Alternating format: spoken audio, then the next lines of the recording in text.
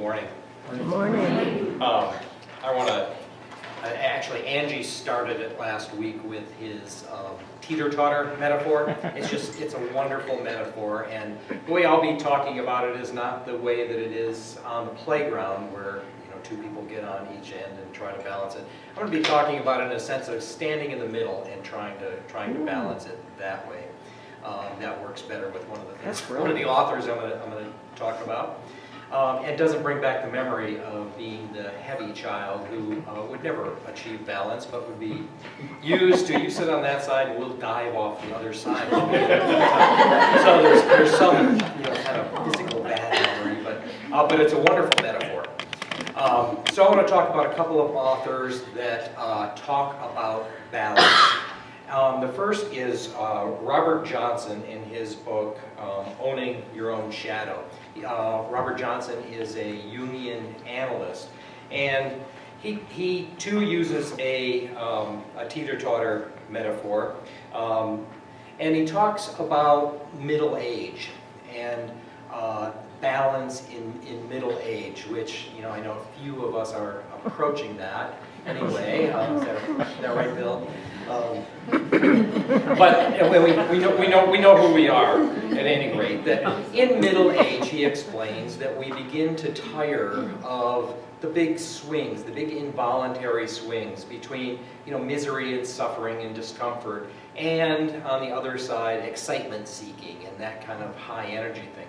We come to see in middle age that there's something in the middle that is more sustainable, more enjoyable, and richer in the quality of life. But to get there, we need to work on the balance in our lives. And he talks about the teeter-totter metaphor that one of the legs is heavily weighted in shadow influences. And he defines shadow as the habits, the addictions, the unconscious motivators, patterns that we learned early in life that really do no longer serve us. But they're still weighting us down, and they're making balance difficult for us.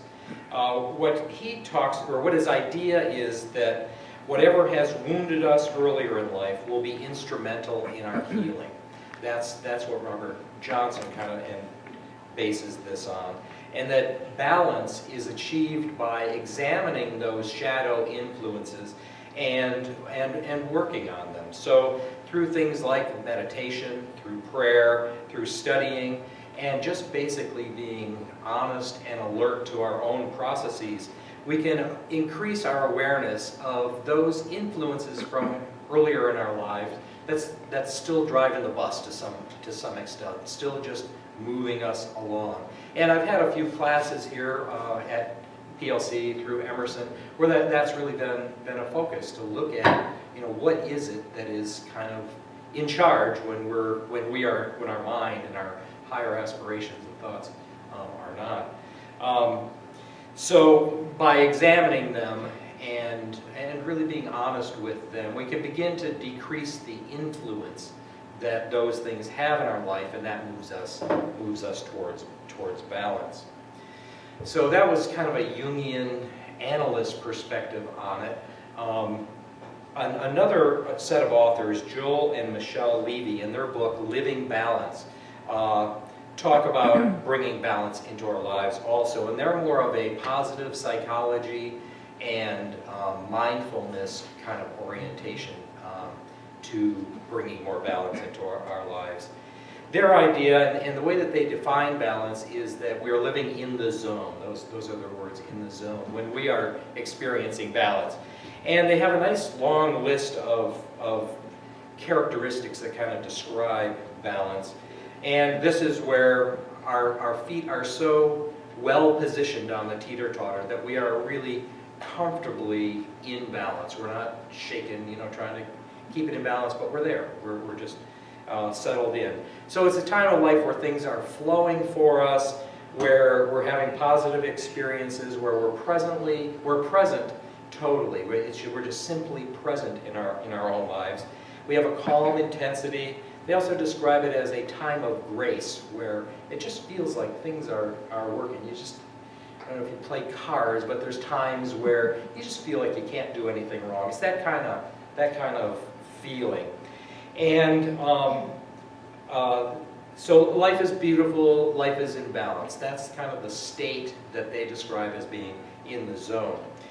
What their approach is to really mine that experience for all that it is worth, to really examine it yourselves. And they suggest some questions like, how did it feel? What was happening within or around us?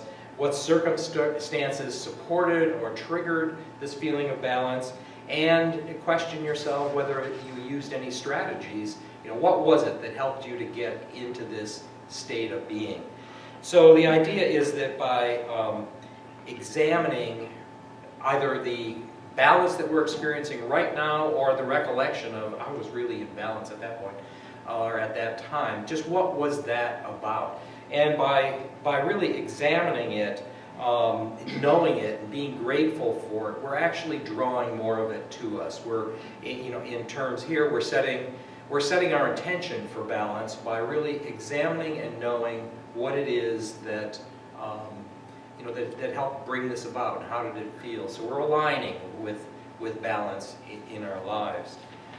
So both of these approaches really require an alertness, an honestness, an introspection, and they seem to be two very compatible ways of looking at how to bring more balance, both looking to see that the past influences are not driving us any longer, and then when we are in balance, to really cherish it, know it, and examine it to bring more of it into our lives. So, thank you.